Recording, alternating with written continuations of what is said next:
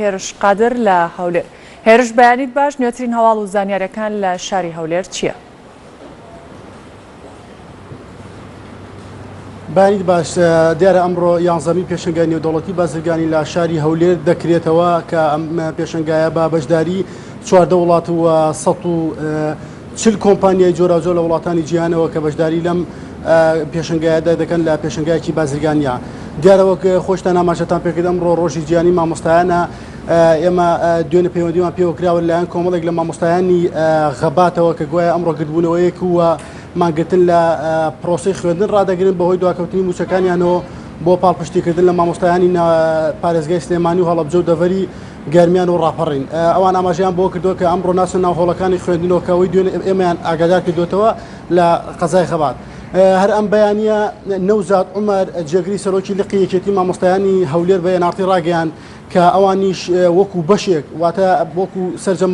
لقی هەولێر نەوەکو بەشێک لە لقی هەولێری یەکێتی مامۆستایان پاڵپشتی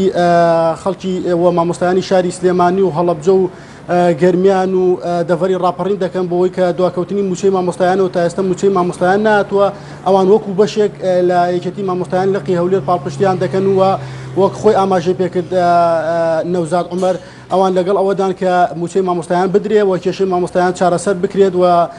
بە هەموو شێوازێک پاڵپشتی مامۆستایانی شاری سلێمانی و پارێزگای هەڵەبجە و شوێنەکانی دیکە دەکەن لە ماوەی ئەم چەند ڕۆژەدا گرتبوونەوە و مانگرتنیان لە پرۆسەی خوێندن ڕاگردووە چونکە خۆی دەیوت ئەوە حەقێکی شەرعی مامۆستایان و پێویستە موچەکانیان لە کاتی خۆیاندا بدرێتێ و بەشێک وەک ئەو ئاماژەی پێکرد بەشێکی زۆر لە مامۆستایان لە ئێستادا کرێچین و کرێنشین و پێویستیان بە پارەیە و کرێ ئۆتۆمبیلی وەک خۆی دەیوت